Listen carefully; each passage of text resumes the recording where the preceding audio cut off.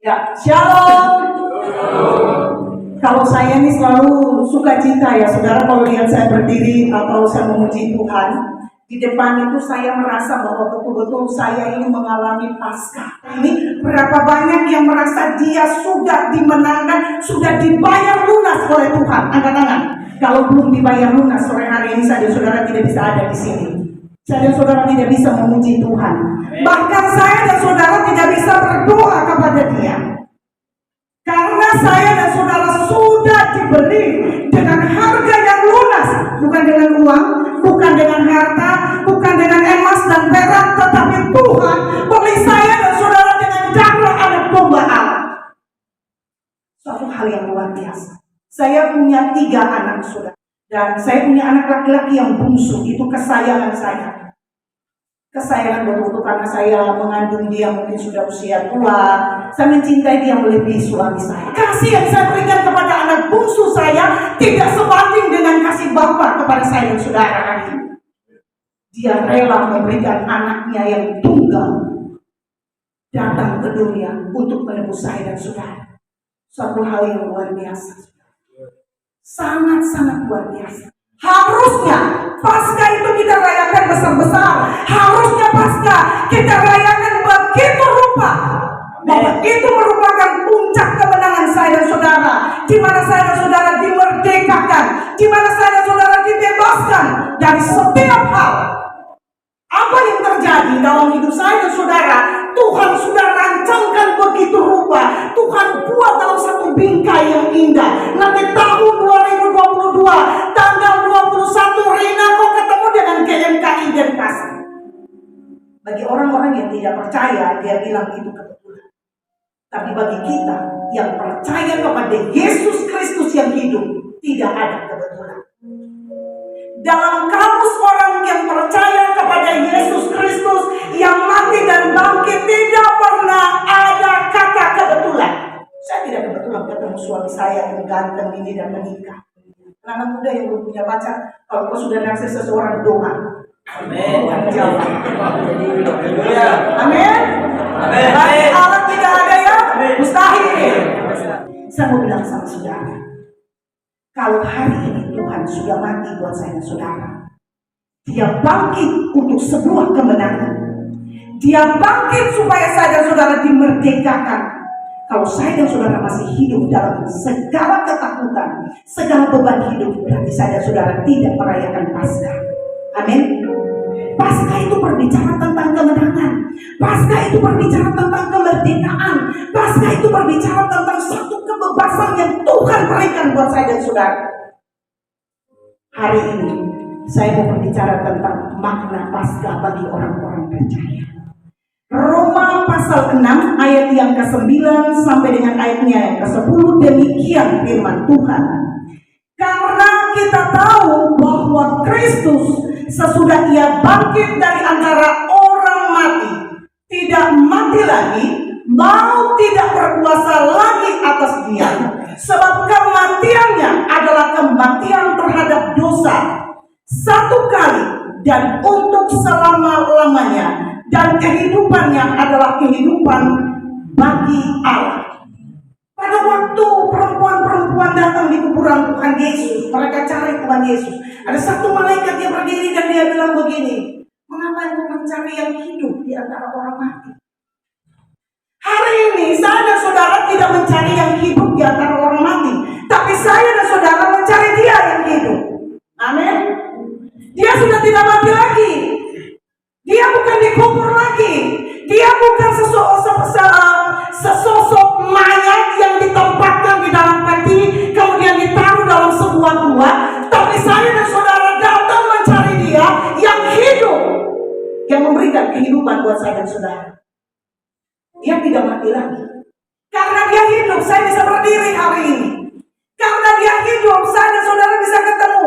Karena Dia hidup, saudara bisa memuji Tuhan. Karena Dia hidup, saudara bisa memanggil Dia ya Aba, ya Bapa. Ada 4 hal makna Paskah yang perlu saya dan saudara tahu. Saya kemarin lihat di YouTube, itu nggak tahu di negara mana ya, mungkin saudara juga lihat. Dipukul, dicambuk, dia rasa sakit, dia balik benar.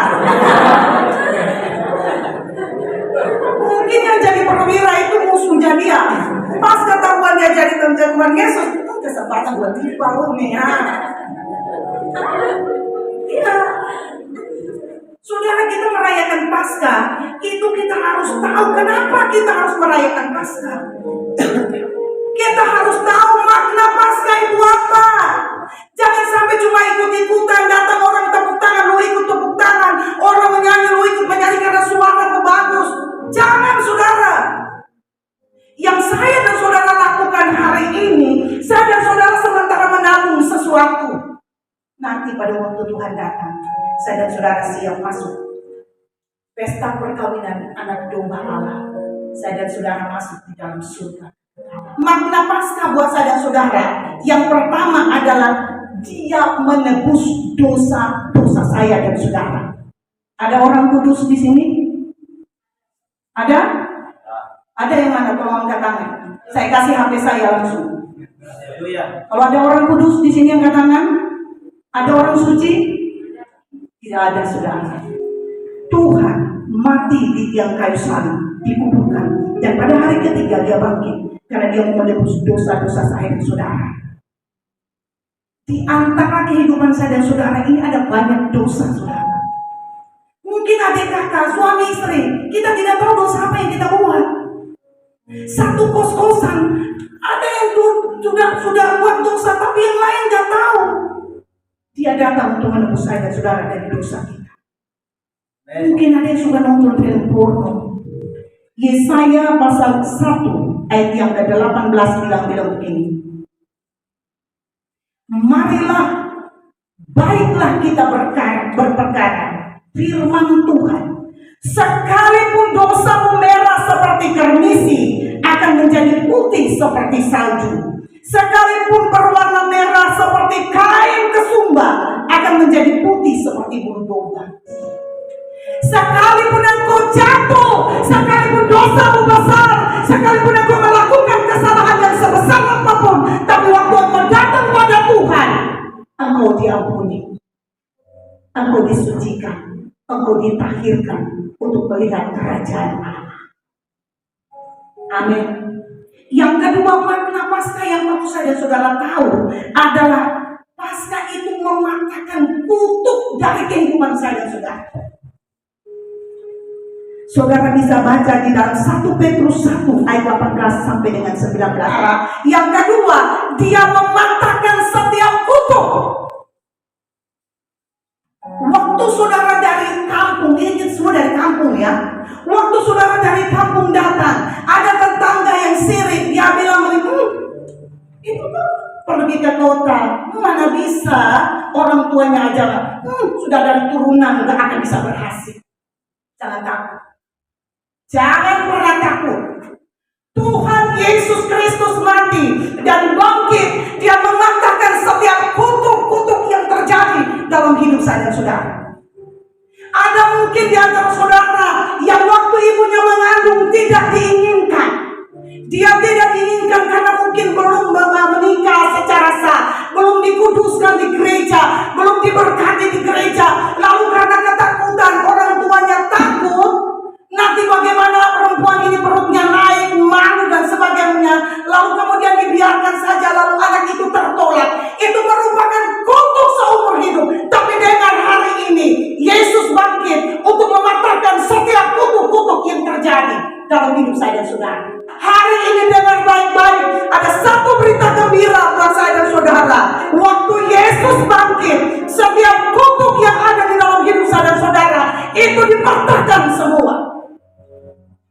Hari ini jangan pernah pikir ada kutuk di dalam hidup saudara. Waktu Yesus bangkit, waktu kubur terbuka dan semua mata melihat bahwa Yesus telah bangkit, maka setiap kutuk dalam setiap orang percaya telah dipatahkan semua. Tidak ada kutuk. Tidak ada kutuk.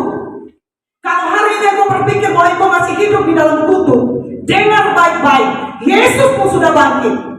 Kebangkitan itulah yang membuat kutuk-kutuk itu semua dipatahkan. Semua kutuk-kutuk itu dihancurkan. Semua ikatan-ikatan yang mengikat saudara, tali-tali belenggu yang mengikat saudara, itu dipatahkan, dilepaskan. Semua rantai-rantai yang mengikat saudara, sehingga saudara tidak bebas.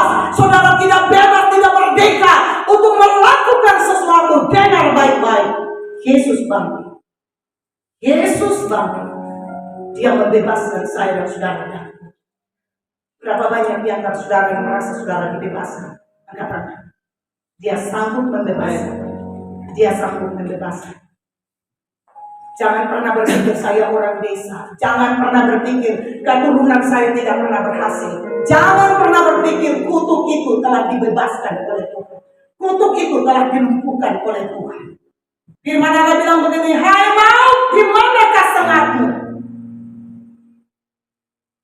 Hai maut, hai kutuk, di mana kekuatanmu? Ketiga, makna Paskah buat saya dan saudara adalah dia memberikan keberanian buat saya dan saudara. Waktu Petrus ada di tengah-tengah perempuan-perempuan, waktu Tuhan Yesus sementara di bawah dalam perjalanan, ada beberapa perempuan yang bertanya, bukankah kau yang sama-sama dengan dia? Enggak, bukan. Bukan saya, mungkin wajah sama, tapi bukan saya. Waktu Petrus, Tuhan Yesus belum mati, belum bangkit, masih berjalan dalam proses kesengsaraan. Waktu ada yang bertanya, kau murid dia? Bukan, saya bukan murid dia. Saya bukan terlibat dengan dia. Saya bukan bagian dari dia. Tapi pada waktu firman Allah mencatat, waktu Tuhan Yesus setelah bangkit, Petrus diberikan keberanian. Sekali berkhotbah, 3.000 orang diselamatkan. Dia berani. Kalau hari ini saya dan saudara tidak berani sampaikan kebenaran, kalau hari ini asal jangan pergi demo ya, ibu Rina bilang kebenaran kita demo, saya nggak suruh. Kalau hari ini engkau belum sanggup mengingatkan temanmu yang melakukan kesalahan dengan baik-baik, dia bangkit, dia berikan roh kemenangan, dia berikan roh keberanian buat saya dan saudara untuk bisa mengingatkan orang lain. Petrus 3 sekali berkhotbah 3.000 orang bertobat. Saya tahu hari ini saudara-saudara yang dengar firman Tuhan hari ini, roh keberanian itu ada buat saya dan saudara. Amin. Yang keempat dan terakhir, makna Paskah buat saya dan saudara adalah Paskah memberikan jaminan masa depan. Kenapa saya bilang Paskah memberikan jaminan masa depan? Karena dia hidup. Saya dan saudara hidup yang pertama. Makna Paskah yang keempat adalah Tuhan memberikan jaminan masa depan buat saya dan saudara. Yeremia pasal 29 ayat yang 11 berkata demikian, sebab aku di sini bukan Rina, aku di sini bukan manusia, tapi Tuhan. Sebab aku ini mengetahui rancangan-rancangan apa yang ada padaku mengenai kamu. Demikian firman Tuhan, yaitu rancangan damai sejahtera dan bukan rancangan kecelakaan, untuk memberikan kepadamu hari depan yang penuh dengan harapan. Ada yang pernah nonton kisah hidupnya Pak Jokowi? Kalau saudara pernah nonton, saudara tahu dia bukan siapa-siapa. Tinggal diusir dari satu tempat, tidak punya tempat tinggal, harus numpang sana, pikul barang, tidak makan. Hari ini dia jadi orang nomor 1 di negeri ini. Tidak ada yang pernah tahu. Firman Allah bilang, sebab aku ini, Tuhan bilang, sebab aku ini tahu rancangan-rancangan apa yang ada padaku mengenai kamu. Hari ini, saya mau bilang buat saudara, hari ini, kalau engkau kuliah saja bayar uang kuliah susah. Kalau engkau tinggal saja hampir-hampir tidak bisa bayar kos. Sampai sudah mau pulang putus asa, mau berhenti sudah. Kalau hari ini nilai ujian mata kuliahmu tidak lulus, dengar baik-baik. Hidup saya dan saudara tidak ditentukan oleh apa kata manusia, tapi hidup saya dan saudara ditentukan oleh apa kata Tuhan. Firman Allah bilang, sebab aku ini tahu rancangan-rancangan aku mengenai kamu, yaitu rancangan damai sejahtera. Saya berdoa hari ini dari sekelompok anak-anak muda yang hadir di tempat ini. Saya tidak tahu 5 tahun, 6 tahun, bahkan 10 tahun ada yang berdiri menjadi orang-orang yang berpengaruh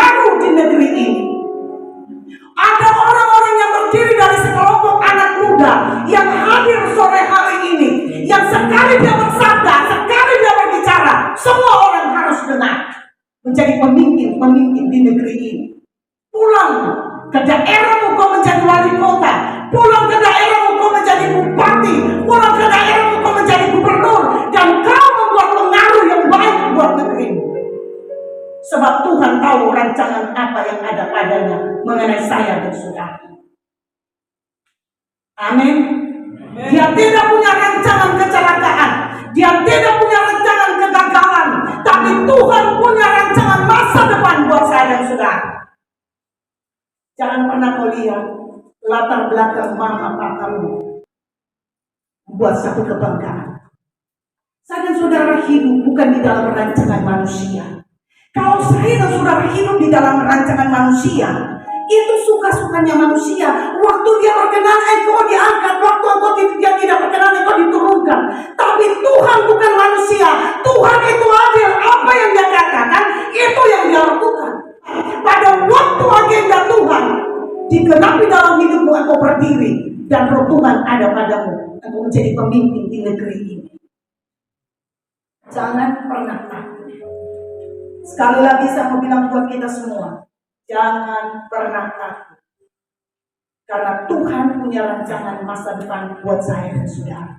Saya tahu bahwa kita semua yang merayakan Paskah, tadi saya lupa kasih selamat Hari Kartini buat semua wanita-wanita tercantik di dalam daerah, di dalam ruangan ini. Tidak ada wanita yang tidak cantik, semua cantik. Ya, selamat Hari Kartini dan selamat Paskah buat kita semua. Saya undang tim musik, singer, song leader bisa ada di depan. Saya minta semua bangkit berdiri.